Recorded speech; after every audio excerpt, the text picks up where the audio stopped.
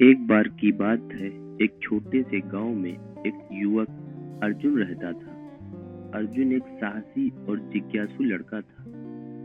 उसे कहानियों और रोमांच की बहुत शौक थी। गांव के बुजुर्गों से सुनने में आया था कि जंगल के पीछे एक प्राचीन खजाना छिपा हुआ है, लेकिन उस खजाने की रक्षा एक पुरानी भूतिया कहानी से की जाती थी।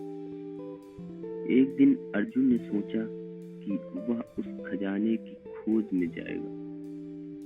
उसने अपने सबसे अच्छे दोस्त रोहन को साथ ले लिया। रोहन थोड़ा डरपोक था, लेकिन अर्जुन की उत्सुकता ने उसे प्रेरित किया। दोनों ने एक तय दिन जंगल की ओर बढ़ने का निर्णय लिया। जब वे जंगल में पहुंचे तो उन्होंने देखा कि वहां की हरियाली और पेड़ बहुत घने थे। अर्जुन ने कहा, रोहन, हमें आगे बढ़ना चाहिए। खजाना हमारा इंतजार कर रहा है। रोहन थोड़ा घबराया, लेकिन अर्जुन के हौसले ने उसे आगे बढ़ाया। जंगल में आगे बढ़ते हुए उन्हें एक पुराना मानचित्र मिला, जिसे किसी ने वहां छोड़ दिया था। मानचित्र में खजाने की जगह को स्पष्ट रूप से दिखाया गया था, लेकिन रास्ते में कई चुनौतियां थीं। उन्होंने तय किया कि वे मानचित्र के अनुसार चलेंगे। मानचित्र के अनुसार उन्हें पहले एक गहरे गड्ढे को पार करना था। अर्जुन ने एक मजबूत लंबी लकड़ी का उपयोग किया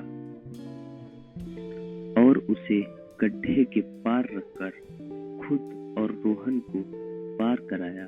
फिर वे एक रहस्यमयी पहाड़ी पर पहुंचे, जहां पर खतरनाक जंगली जानवरों का बसेरा था। अर्जुन ने अपनी बुद्धिमत्ता का उपयोग किया।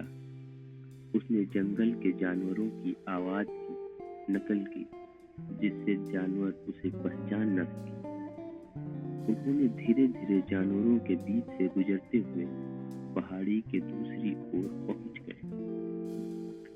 आखिरकार उन्होंने खजाने की जगह पर पहुंचकर देखा। वहां एक पुराना संदूक था। अर्जुन ने कहा, यहाँ है हमारा खजाना। लेकिन जब उन्होंने संदूक खोला तो अंदर केवल सोने के सिक्के और कुछ पुरानी किताबें थी। अर्जुन थोड़े निराश हुए, लेकिन रोहन ने कहा, देखो ये किताबें कितनी पुरानी हैं, शायद इनमें भी कोई खास बात होगी। जब उन्होंने किताबों को खोला तो उन्हें पता चला कि ये प्राचीन ज्ञान और विज्ञान की किताबें थी। अर्जुन और रोहन ने समझा कि असली खजाना केवल धन में नहीं है, बल्कि ज्ञान और अनुभव में भी है। उन्होंने गांव लौटकर इन किताबों को गांव के बच्चों के लिए स्कूल में दान करने का फैसला किया। गांव में लौटने पर उन्होंने अपनी यात्रा की कहानी सुनाई और सभी को किताबों के बारे में बताया। गांव के बच्चे बहुत खुश हुए और उन्होंने इन किताबों से ज्ञान प्राप्त करना शुरू किया।